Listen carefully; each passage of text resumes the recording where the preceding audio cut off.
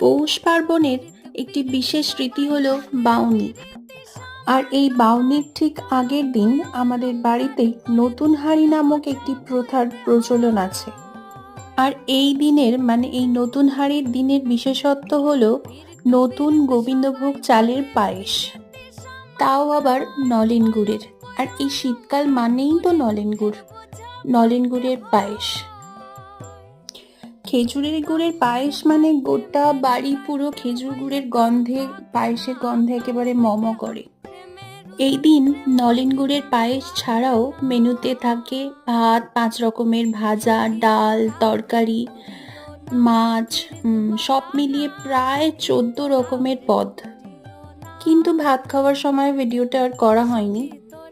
যাই হোক, এই নতুন হাঁড়ির পরের দিন বাউনি দিয়ে হয় পৌষ পার্বণ বা পৌষ সংক্রান্তির সূচনা।